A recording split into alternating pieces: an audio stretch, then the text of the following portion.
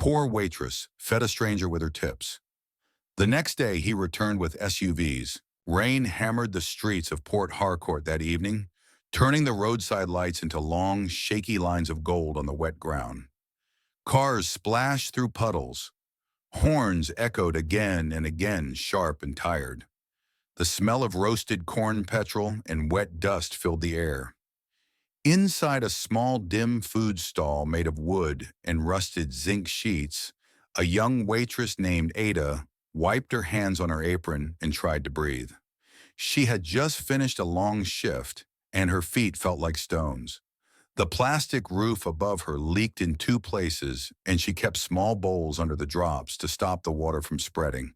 But even with her fatigue, there was something soft in her eyes, something warm, something stubbornly kind.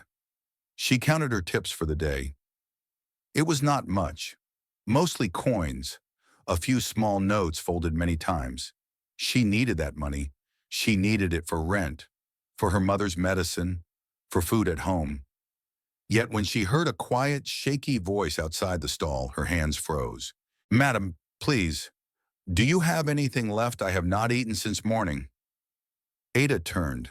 A man stood by the entrance. His clothes were soaked through. His hair was messy, sticking to his forehead. He was not old, maybe in his mid-30s, but his face showed deep exhaustion.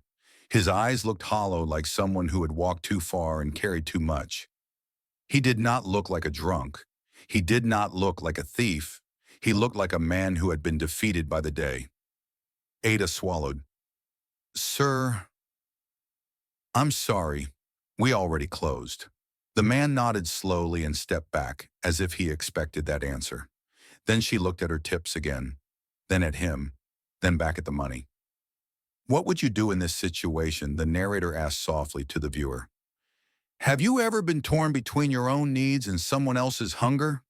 Ada took a breath, grabbed a small plate she had kept for herself, a simple meal, rice, beans, and stew, and walked toward the door. "Wait," she said.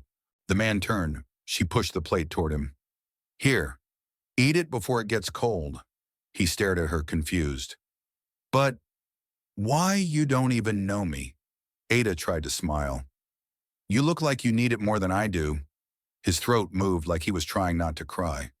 "God bless you. Thank you." He sat on the low wooden bench outside and began to eat slowly, as if afraid it would disappear. Ada watched him for a moment. Something about him made her curious. He didn't look like someone who belonged on the street. His shoes were expensive once, even though they were now dirty. His watch, though cracked, looked like it used to cost a lot. But she did not ask. She simply let him finish. As he spooned the last bit of rice, thunder rumbled far away. The man stood, bowed his head slightly as a sign of deep gratitude, and walked into the rain without giving a name. Ada felt a strange pull inside her chest. She didn't know why. She closed the stall for the night, unaware that this tiny act of kindness, feeding a stranger with her own tips, would shake her life by the next morning. Because while she slept in her small leaking room, something happened. And by sunrise, 3 black SUVs were already driving toward the place where she worked. She didn't know it yet, but her life was about to change. Ada woke before sunrise the way she did every morning. Her small room was still dark, lit only by the weak glow of a street lamp outside the cracked window. She lay still for a moment and listened to the distant hum of motorcycles, the soft murmur of neighbors arguing about water, the cough of a baby next door. Life in the small compound was always noisy. She sat up slowly. Her back ached from sleeping on the thin mattress that lay directly on the cement floor. The roof above her had a hole patched with nylon, but when it rained hard, drops still found their way inside. Her mother, Mama Rose, slept on the other side of the room. She was thin and pale, her breathing shallow. The illness had started 2 years ago, getting worse month by month. Medicine was expensive. Tests were even more expensive. Every day, Ada worked long hours just to keep her mother comfortable. Ada stood, stretched her tired arms, and whispered, "Mama, I'm going to work." Mama Rose's eyes opened slightly. "My daughter, you're up early again. I have to prepare the stall before customers come. Her mother frowned concern in her voice. You don't rest enough. One day your body will complain. Ada leaned close and kissed her forehead. I'm fine. You just worry too much. She wasn't fine. Not really, but she couldn't say it. She washed her face with water from a yellow jerry can and changed into her cleanest uniform. It was still faded and had one loose button, but it was all she had. She tied her hair back and checked her pocket, 50 naira left after yesterday. The rest had gone into the food she gave the stranger. She sighed but didn't regret it. Outside, the sky was slowly turning pale. She walked past small kiosks, still closed for the morning, past children carrying buckets to fetch water, past women arguing about whose turn it was to use the communal stove. Everyone had their struggle. Nobody had extra. When she reached the food stall by the roadside, she unlocked the wooden door, swept the floor, and started the charcoal stove. The owner, Madam Kimmy, arrived soon after tying her headscarf as she walked. Ada, good morning, she said. Good morning, Ma. You look tired. Ada tried to smile. Just normal tiredness. Madam Kimmy gave her that sharp, motherly look. If you collapse, don't say I didn't warn you. As they prepared rice and stew for the day, Ada's mind drifted to the stranger from the night before. Who was he? Why was he wandering in the rain? Why did a man who once looked rich end up begging for food? She shook the thought away. It wasn't her business. She had her own problems to worry about: rent due in 2 weeks, unpaid hospital bills, and the fear that one day Madam Kimmy might replace her with someone stronger or younger. Later that afternoon, during a brief break, Ada sat outside on a bench and ate a small bowl of rice. A neighbor from the compound, Chioma, passed by and stopped. Ada, you left early today. Mama Rose was asking if you ate anything. I will eat later, Ada said, taking another small bite, trying not to show how hungry she still was. Chioma sat beside her. I don't know how you do it. Work all day, go home to take care of your mother, then worry about rent. Sometimes I think life is unfair to you. Ada shrugged. Life is unfair to many people. Chioma lowered her voice. Why don't you ask your uncle in Awari for help? Ada stiffened. We don't speak. Not after what he did. I'm sorry, Chioma whispered. It's okay, Ada said softly. I'll manage. Somehow. Chioma squeezed her hand and left.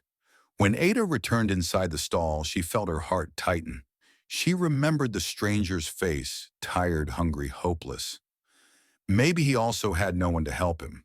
That night after closing, she walked home slowly. The streetlights flickered. A group of boys laughed loudly near the junction, disturbing the peace. She tightened her grip on her small handbag and quickened her pace. Inside the compound, she found her mother coughing hard. Mama! She rushed to her side. Mama Rose waved a weak hand. I'm fine. It will pass. No, it's getting worse. Ada knelt beside her. We need to buy more medicine. Her mother looked away. And with what money, your salary will finish soon. I don't want to be a burden. You are my mother, Ada said firmly. You are never a burden. Her mother held her hand, eyes shining with emotion. God will reward your kindness one day. Ada forced a smile. Maybe, but inside she wondered how many more days they could survive like this. Later, when her mother slept, Ada sat by the window and watched the night sky. She thought again about the stranger. She had given away her dinner, her tips, and maybe her only chance of eating well that night. But she didn't regret it. Even if life was hard, kindness made her feel human. It made her feel like she still had control over something. She closed her eyes. Tomorrow would be the same. Work, struggle, worry. She had no idea that the next morning would bring a change she never expected. Because while she slept, 3 SUVs were already preparing to head toward her stall. Their engines quiet, their drivers waiting for orders from someone powerful, someone who had not forgotten her kindness, and someone who wanted answers. In another part of the city, far from the noisy streets and tiny stalls, a tall glass building stood over the landscape like a giant. Inside, people moved quickly through bright hallways, carrying tablets and files, whispering about deadlines and meetings. This was the headquarters of Nwoko Group, one of the biggest companies in the region. And at the top floor, behind a wide office window that overlooked the city, sat the man from the rain. His name was Chike Nwoko, a millionaire businessman owner of multiple companies, and a man feared and respected in almost equal measure. His clothes were clean now, his hair was styled, his face looked steady, but his eyes still carried the same tired sadness Ada saw the night before. His personal assistant Tolu walked into the office carefully. "Sir, the drivers are ready. They're waiting downstairs." Chike didn't look up. He kept staring at a single photo on his desk, a picture of a woman and a little boy both smiling. The woman had warm eyes. The child, maybe 7, had big bright cheeks and tiny fingers that clutched his mother's hand. Tolu spoke again. "Sir, should they begin moving?" Chike finally nodded. "Yes, let them go." Tolu bowed slightly and left. When the door closed, Chike leaned back in his chair and let out a long, painful breath. Only a few people in the world knew the truth about him. He had money, but no peace. Wealth brought him power, but not sleep. His wife Amara had died 2 years earlier in a terrible accident, and his son little Kalechi had fallen sick not long after. The illness was rare. Doctors were still fighting to understand it. Some days the boy walked. Some days he could not even sit up. Chike blamed himself for everything. He blamed himself for working too much, for not being present, for not protecting the people he loved. And last night, he had broken. He had left a late business meeting after an argument with investors. His head felt heavy. His heart felt empty.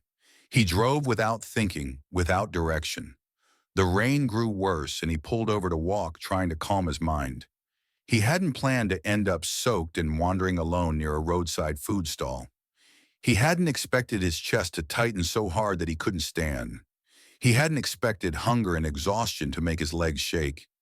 He hadn't expected a young waitress to come out and give him food or own meal without asking for anything.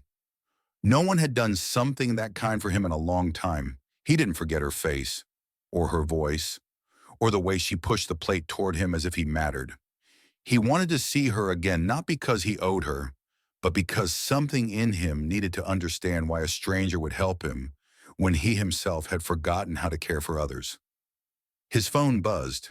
It was his mother, Mama Nena. She spoke quickly, worry filling her voice. "Cheek, are you sure you're okay? Tolu said you walked in the rain yesterday. Why didn't you call somebody? I'm fine." "Mama," he said quietly, "you are not fine. You never rest. You carry everything alone, like you are made of stone. I just needed air. What you need is to stop breaking your own heart. And what is this about sending 3 SUVs early in the morning? Where are they going?" Chike hesitated. "To find someone." "Who?" "A woman.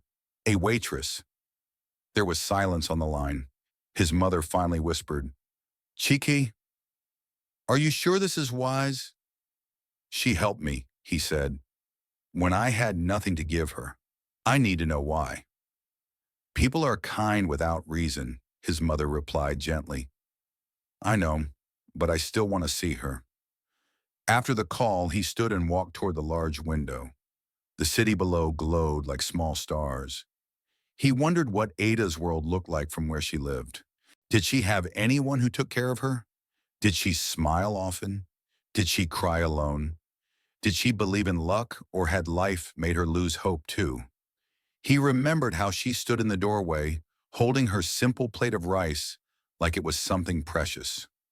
She had given it away without hesitation. Meanwhile, he had millions, yet could not fix the one thing he wanted most to heal his son. He rubbed his forehead, feeling the weight of the world settling there again. Just then Tolu returned. "Sir, the SUVs are close to the location. They said the stall should be opening soon." Cheek nodded once. "Good. I'm on my way." He grabbed his keys, walked out of the office, and headed toward the private elevator. He didn't know what he would say to Ada. He didn't even know how she would react when she saw him again, clean, rich, and completely different from the broken man she fed last night. But one thing was certain, their worlds were about to collide, and nothing would be the same after today. The morning sun rose slowly over the busy road where Ada worked. Her food stall smelled of hot rice and fresh stew. People were already lining up taxi drivers, market, women students rushing to school. Ada moved quickly between the tables, greeting customers and wiping sweat from her forehead. She had no idea her life was minutes away from changing. By 9 a.m., the air suddenly shifted. Conversations grew quieter. People looked toward the road. Three large black SUVs turned the corner. They were shiny, spotless, and heavy-looking, the kind that never came to this part of town. Engines rumbled softly like something powerful was trapped inside. Drivers in dark suits stepped out first, scanning the area with sharp eyes. Ada froze with a tray in her hands. "What is happening?" one customer whispered. "Are they police?" another murmured. "No, oh, those are billionaire cars," someone else said under their breath. The back door of the first SUV opened, and the stranger from last night stepped out. But he was no longer a lost man in wet clothes. He wore a clean suit, expensive and well-tailored. His hair was neat, his face serious, his wristwatch shone in the sunlight. Ada's heart skipped. He walked toward the stall, slowly, eyes fixed on her. The customers stepped aside, creating a path without being told. Even Madame Kimmy froze her ladle, hanging in the air as she stared at him. Ada whispered, It's him." Cheek stopped in front of her. For a moment they simply looked at each other, the poor waitress and the wealthy businessman, as if both were trying to understand how this moment even existed. "Good morning, Ada," he said softly. She blinked. You remember my name. You told me last night when I thanked you," he replied. "I remember everything." She swallowed hard, confused. "Why are you here? I didn't do anything wrong." He shook his head gently. "You helped me when I looked like nobody. You fed me with your own dinner. That is not a small thing." Ada looked down at her feet. "It was nothing." "It was not nothing to me," he said. His driver stepped forward. "Sir, should we bring the package now?" Cheek nodded. The driver returned to the SUV and brought out a large insulated food box, neatly wrapped in a smaller black envelope. Cheek spoke again, his voice calm. "Ada, I came to return your kindness. I also came because I want to understand why someone with so little could be so generous." Ada's throat tightened. "Sir, please, you don't have to do anything. I didn't help you because I wanted reward. I believe you," he said. "That is why I am here." The customers around them murmured with excitement. Ada felt overwhelmed. Her hands trembled. She stepped back, a little unsure what to do. Madame Kemi suddenly pushed her forward and whispered sharply, "Collect it before thunder strikes you. This is blessing." Ada shot her a look, and the customers laughed. Cheek opened the insulated box. Inside were fresh meals, jollof rice, fried plantain, chicken, bottled water. Enough food to feed her and her mother for days. "This is for you," he said, "for last night." Then he held out the envelope. Ada didn't take it. "Sir, what is inside money?" he said honestly. "You gave me food with the little you had. Let me give something back." Ada stepped back again, shaking her head. "No, no, sir, please. I can't accept money. My boss will think I'm taking gifts to leave work. People will talk. And I didn't help you for money." Her voice broke slightly at the end. Cheek paused. For the first time that morning, he really looked at her. The fear in her eyes, the pride in her voice, the exhaustion she tried to hide. He realized she wasn't refusing out of arrogance. She was refusing because life had taught her to be careful, and because she had nothing except her dignity. He put the envelope back into his pocket. "All right," he said quietly. "If you don't want money, I won't force you," Ada breathed out, relieved. "But I still need your help," he added. She looked up confused. "Help me, yes." He took a slow breath. "You said something yesterday that stayed with me. You said you look like you need it more than I do. Those words were true. You saw what others did not see. Ada blinked, unsure what he meant. He continued, my son is sick, very sick. He doesn't speak to strangers. He barely eats. But I need someone patient, kind, and gentle around him. Someone like you. Her mouth opened slightly. Sir, I don't understand. He stepped closer, lowering his voice. Come with me. Meet my son. Just meet him. If you don't want to help after that, I will take you back. No pressure, but I want you to see him. Ada's heart raced. She looked at the SUVs, at Cheek, at her trembling hands. This couldn't be real. Sir, I'm just a waitress, she whispered. And last night he replied softly, You were an angel. The customers murmured again. Some gasped. Some stared with wide eyes. Madame Kemi pushed Ada gently. Go. Don't fear. If God opens a door, walk inside before it closes. Ada felt her chest tighten. She didn't know why, but something inside her pushed her forward. She nodded slowly. Okay, I'll meet him. Cheek smiled, the first real smile he had shown in months. Thank you, he said. He led her toward the SUV, the doors opened, and Ada stepped inside. Everyone watched. A few minutes later, the three SUVs drove away, leaving dust and shocked silence behind. For Ada, nothing would ever be the same again. The SUVs glided through the city like silent shadows. Ada sat in the back seat of the first one, her hands clasped tightly in her lap. She had never been inside a car this big and clean. The leather smelled new. The air conditioning made her shiver. She kept her eyes on her shoes because everything around her felt too rich, too polished, too far from her world. Cheek sat beside her, watching her quietly. He didn't rush her with questions. He didn't overwhelm her with conversation. He simply allowed her to breathe. You don't need to be afraid, he finally said. Ada nodded, though she wasn't sure if she believed it yet. They drove into a gated estate with wide roads and beautiful flowers growing along the sidewalks.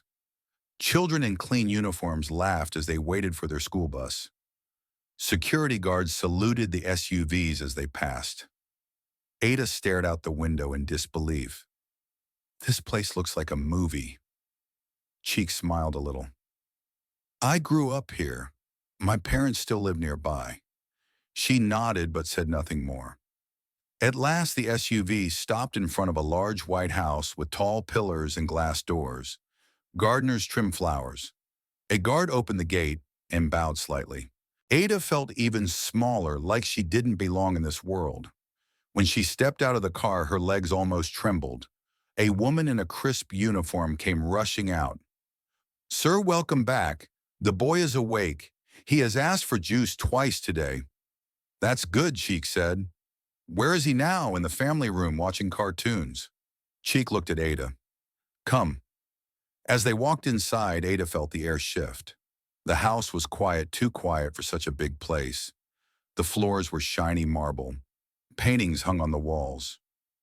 Everything looked perfect, but also lonely. Then they reached the family room. A small boy sat on a big couch, his legs stretched out but unmoving.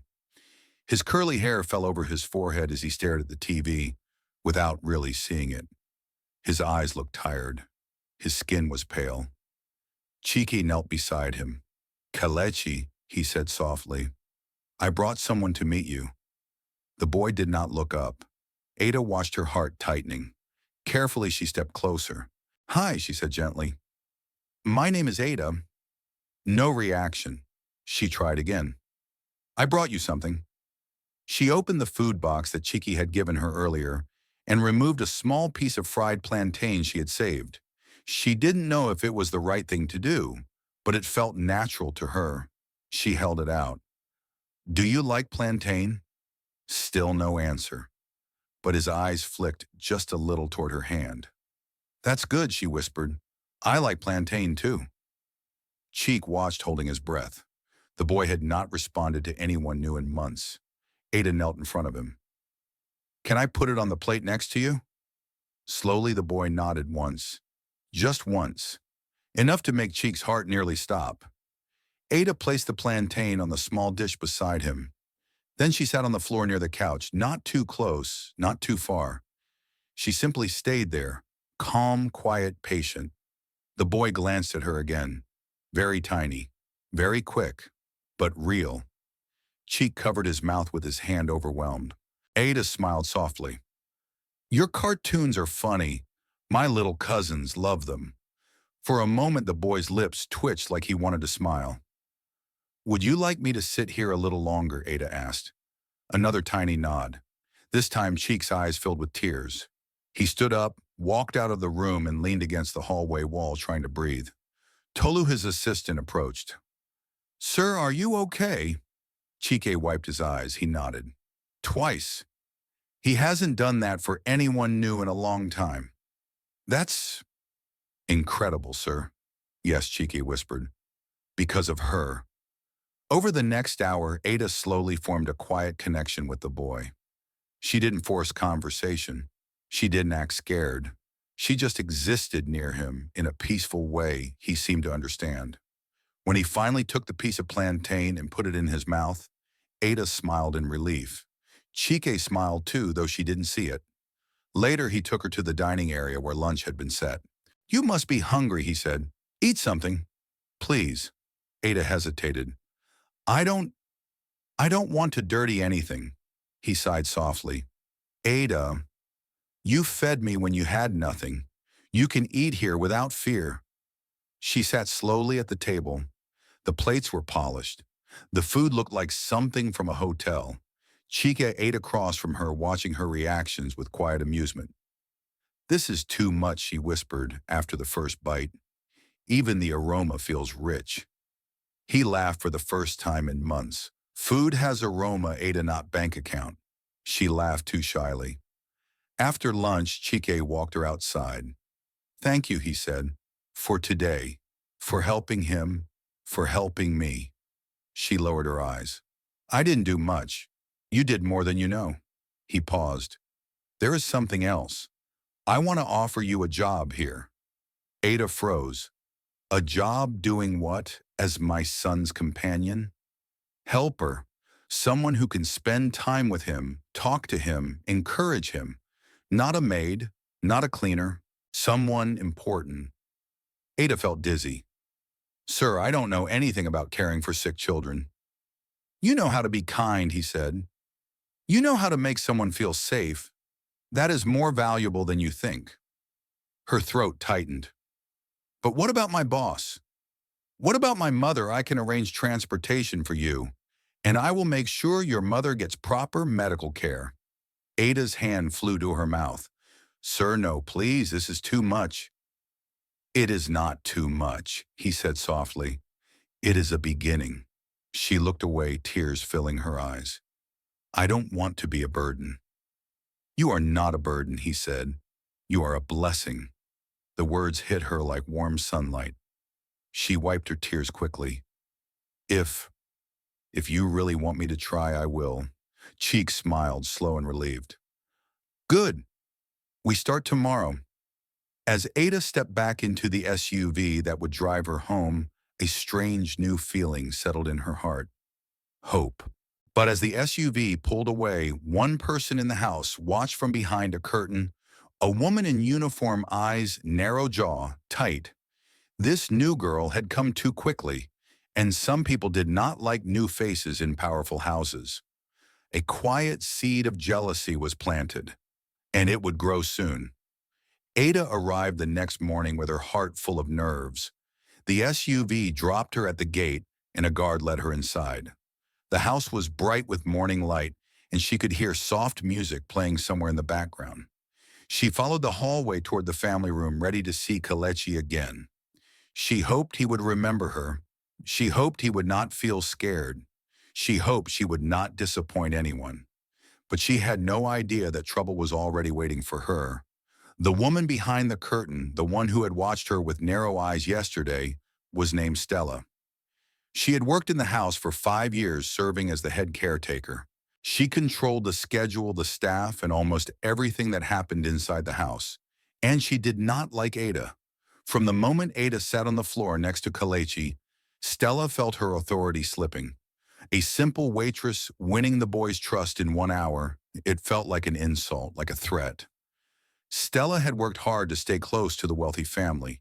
She had dreamed of rising higher, maybe becoming a private assistant to Cheeky, maybe even gaining influence in his personal life. But now this poor girl suddenly entered the picture with her soft eyes and gentle smile. Stella couldn't let that happen. As Ada walked toward the family room, Stella stepped in front of her with a stiff smile. "You are early," she said. "Yes, Ma. I wanted to start well." Stella looked her up and down, judging every detail: the simple shoes, the faded dress, the nervous hands.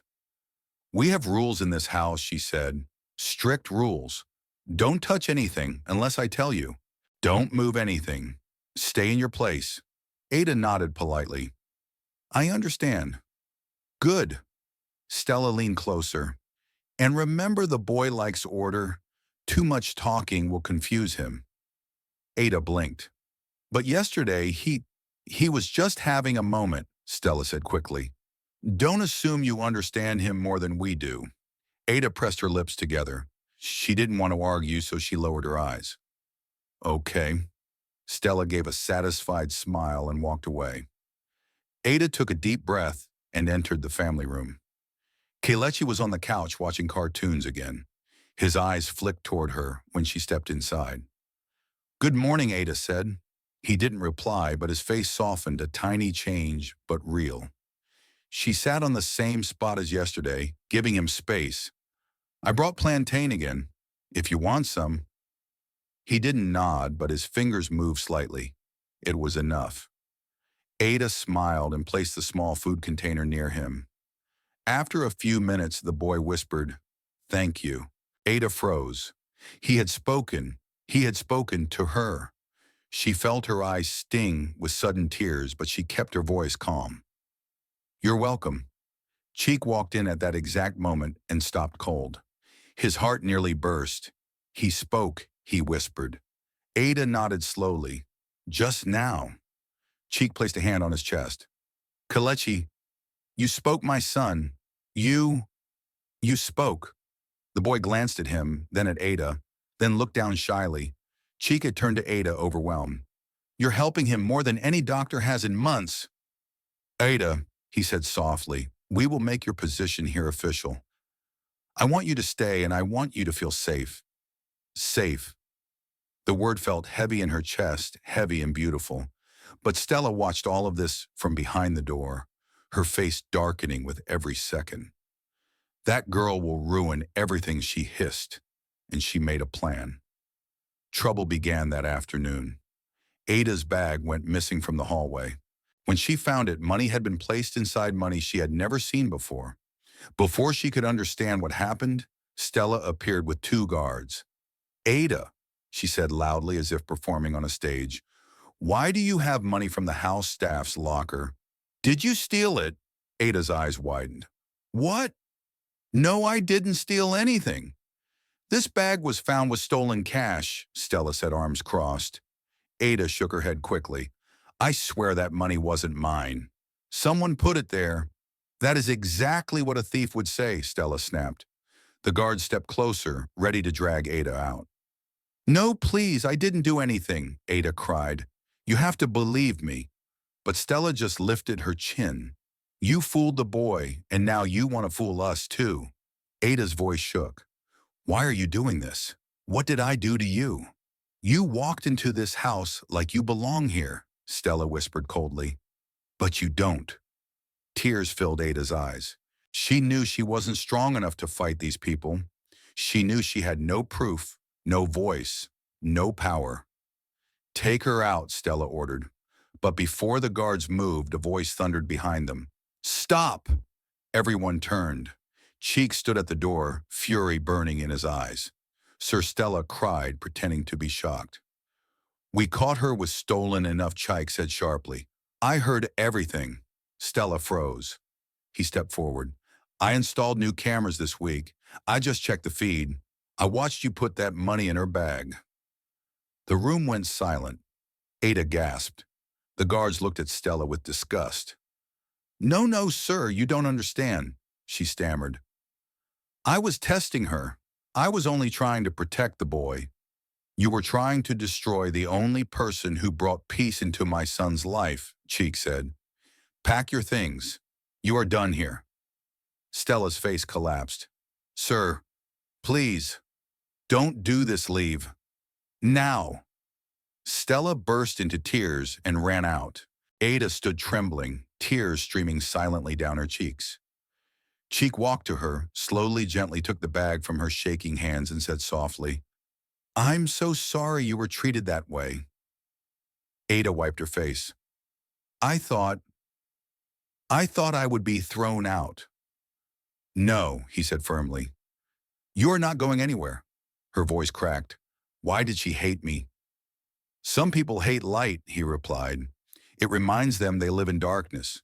Ada lowered her eyes. He lifted her chin gently. Look at me. I trust you. My son trusts you. This house is safe for you. I promise. She nodded slowly, feeling both relief and heartbreak at the same time. In the hallway behind them, Kelechi whispered softly, Ada, don't cry. She turned shocked. He stood at the doorway, holding the piece of plantain she'd given him. His eyes were still weak, but his voice was gentle. And for Ada, that small voice was stronger than any accusation. The tension in the house slowly melted over the next few days.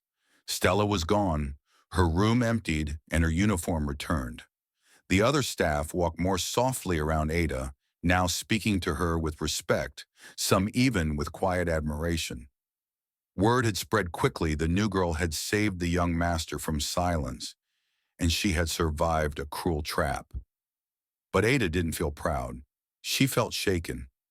Every night she returned home, she lay awake thinking about the moment Stella tried to destroy her. Her mother noticed the exhaustion in her eyes. My daughter, Mama Rose, whispered gently one night, your heart looks heavy. Did something happen at your work? Ada hesitated. She did not want to worry her mother, but she also needed someone to talk to. Mama, someone tried to accuse me of stealing, she said softly. Mama Rose gasped. Stealing? But you never take anything that is not yours, I know, Ada whispered. Someone placed money in my bag. They wanted me gone. But why you only just started the job? Ada swallowed painfully. Because they were jealous. Mama Rose reached for her hand. Ah, my daughter, when you begin to shine, some people will try to push you back into the dark. But the light God gives you cannot be stolen. Ada rested her forehead on her mother's shoulder and cried quietly. Her mother held her until her breathing calmed. The next morning, Ada returned to work with quieter steps, but a stronger heart. Kelechi improved little by little. He wasn't suddenly healthy, but he had changed in small, beautiful ways. He reached for things on his own. He whispered answers when Ada asked questions. He pointed at cartoon characters he liked. He even laughed once, a weak, soft laugh, but a real one. Ada celebrated every small victory with him. One afternoon, she brought him a small wooden toy car that a neighbor had carved. She placed it on the table next to him. For you, she said. He looked at it for a long time, then rolled it back and forth with a slow smile. Cheek saw this moment from the doorway. He didn't interrupt. He didn't want to break the delicate peace forming between them. But he felt something stirring inside him, something he hadn't felt in years. Hope that the world could still be gentle. Later, he asked Ada to join him for tea on the balcony. She hesitated. Sir, I'm not used to sitting with rich people. He smiled. Then sit with me as a human being. I am not only a rich man. Ada blushed a little and joined him. They sat overlooking the city tall buildings, busy roads, moving lights. A soft wind brushed past them. Thank you for being patient with him, Cheek said. You've given him something no doctor could give. I only stayed near him, Ada said quietly. You made him feel safe. That is not a small thing. She looked at her hands. Sir, do you really trust me that much? Yes, he said simply. My son does too. Ada swallowed hard. Sometimes I don't trust myself. Cheek leaned forward slightly. Why? Because I'm always scared. Scared of losing things. Scared of failing. Scared of being a burden. He shook his head gently. You are not a burden, Ada. Hear me. You are a gift. To my son. To this house. Even to me. The last part slipped out before he could stop it. Ada blinked. To you, Chike looked down at his teacup, embarrassed. Yes, I have been alone for so long. After my wife died, I closed my heart. I focused only on work and my son. I didn't expect to meet someone who would make the world feel warm again. Ada stared at him, unable to speak. Her heart thumped painfully in her chest. Cheek quickly changed his tone. I didn't mean to make you uncomfortable. No, she whispered. I'm not uncomfortable. Just surprised. They sat quietly for a few seconds. Then unexpectedly, Kelechi walked out onto the balcony, holding his toy car. Ada, he said softly. Come play. Ada's eyes filled with tears again, not from sadness, but from something new. Joy. Cheek watched her as she took the boy's hand, guiding him to the floor, where they pushed the toy car back and forth. A new kind of family was forming, without anyone saying it out loud. But every story of healing comes with a moment of truth. One evening, 2 weeks later, Cheek called all the staff together. Ada stood quietly among them, unsure why they were meeting. Cheek cleared his throat. Today, I want to make something official. Ada has changed this house. She has changed my son. From today onward, she is not just a helper. She will be Kelechi's full-time caregiver with full benefits and a salary 3 times what she earns now. Everyone murmured in surprise. Ada pressed her hands to her mouth. Sir, no, that is too much. It is not, Cheek said firmly. You deserve it. He stepped closer. And I would like you to consider staying in the house. A private room. Safer. Closer to my son. Ada felt dizzy. Live. Here, yes, he said. Only if you want to. She thought of her small room back home, the leaking roof, the noise, the constant fear of the landlord. She thought of her mother's soft cough at night.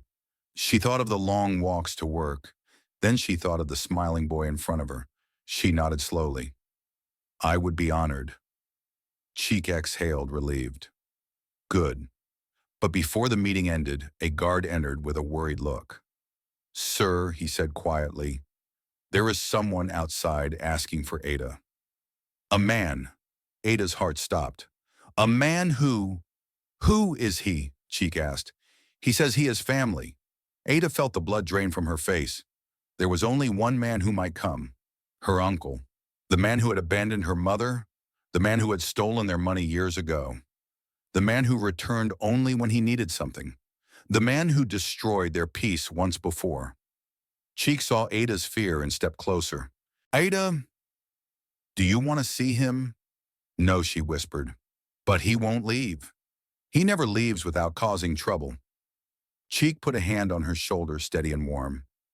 You're not alone anymore, he said. We'll face him together. Ada looked up at him with wide, trembling eyes. And for the first time in her life, she believed those words. The guard led Ada and Cheek toward the main gate. Sunlight fell across the driveway, making the polished SUVs shine like black mirrors. Ada's heart pounded as she saw the man waiting outside. Her uncle, tall, thin, eyes sharp like someone always calculating. He wore a wrinkled shirt and old sandals, but his face carried the same arrogance she remembered from childhood. When he saw her, he spread his arms dramatically. Ah, Ada, my niece. Look at you now living in big man's house. Ada froze. Old fear wrapped around her chest. Cheek stepped forward calmly. State your business. The uncle's smile vanished instantly. Who are you to question me? This is family matter. Cheek didn't blink. Anything involving Ada is my concern. The uncle clicked his tongue, irritated. Fine. I came for my sister's daughter. She owes me money. Ada's eyes filled with shock. Money you stole from us. He pointed at her sharply. Watch your mouth. I gave your mother a loan years ago. A loan, Ada's voice cracked. You took her savings. You made us homeless. He stepped closer like he wanted to intimidate her, but Cheek moved in front of her with a protective stance. You will not raise your voice at her, Cheek said firmly. The uncle scoffed. Look at you playing bodyguard. Do you know this girl? Do you know where she is from? She is nothing but choose your next words carefully, Cheek warned, voice low and dangerous. The uncle hesitated, then smirked. I don't care who you are. She belongs to her family. She must come home, and she must give me money for all the disrespect. Ada felt shame burn in her chest, even though she had done nothing wrong. She wanted to cry. She wanted to run. Old habits of fear whispered inside her mind. But then she heard a soft voice from behind. Ada Kalechi stood there holding his toy car with both hands. His voice shook, but he stepped closer. Are you okay? Ada blinked hard. I'm fine, the uncle frowned. Who is that boy? My son, Cheek said. The uncle raised an eyebrow.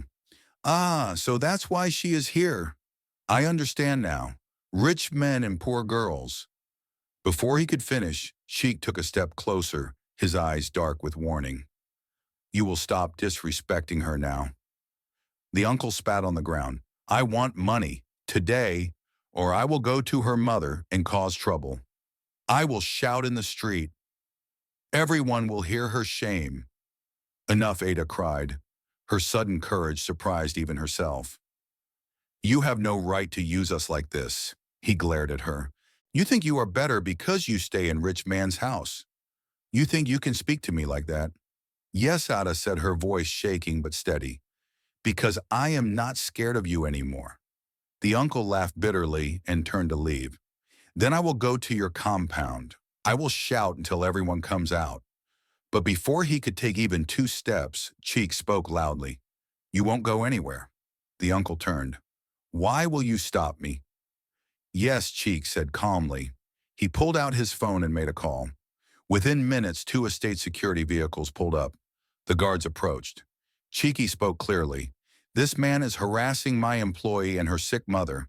He is not allowed to approach this property again. He will be escorted out and warned. The uncle's face twisted. You can't do this, Yes, Cheek replied. I can.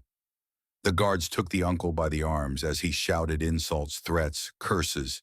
Ada stood frozen, tears streaming down her face, not from fear, but from release.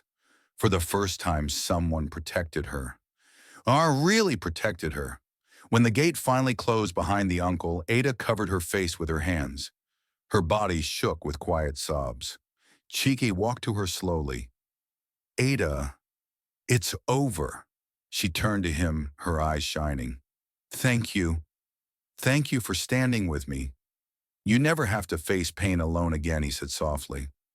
She looked into his eyes, and for a moment the whole world felt silent. Kalechi tugged at her dress gently. Ada, don't be sad. She knelt and hugged him gently. I'm not sad, sweetheart. I'm just grateful. Chike watched them, the woman who saved his son's spirit, and the boy who reminded her how to hope again. He stepped closer. Ada, she looked up, waiting. I don't want you in my life only as an employee. His voice trembled with honesty. You are important to my son, to this home, to me. Her heart pounded. Sir, Ada, he said softly, stay with us. Not just for a job. Stay, because we need you, because this house feels alive with you here, because he swallowed, because I care about you. Deeply. Ada's lips parted in shock. No one had ever said such words to her. She whispered, I care about you too. Cheek reached out his hand. Then let us build something together. A home, a family, a future. Ada slowly placed her hand in his. Warm, safe, certain. Kalechi wrapped his small arms around them both. Family, he said softly.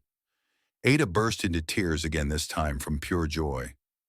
Cheek pulled them into a gentle embrace. The house behind them glowed with afternoon light.